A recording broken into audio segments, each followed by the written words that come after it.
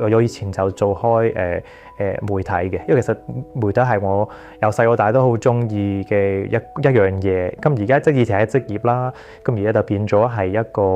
興趣啦。咁所以其實 on the side 咧，我自己都有做一啲 podcast 啊、YouTube show 啊咁樣等等嘅。最近咧，尤其係即係 AI booming 嘅呢段時間咧，我覺得喺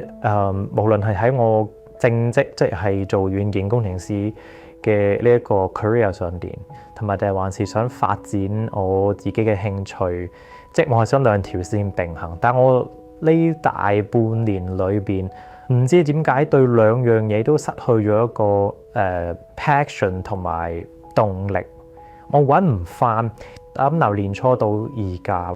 係啊，同埋亦都可能有一樣嘢就係喺年頭嘅時候，2、3月嘅時候，我又好努力咁諗住想轉下工咁樣啦，即係諗住想即係再進一步咁自己可以跳翻嚟一啲 Bay Area 矽谷嘅大公司咁樣。咁但係經過個幾月嘅準備，即係自己準備咁樣，但係又嗰個結果唔係太好，唔係自己想要嘅。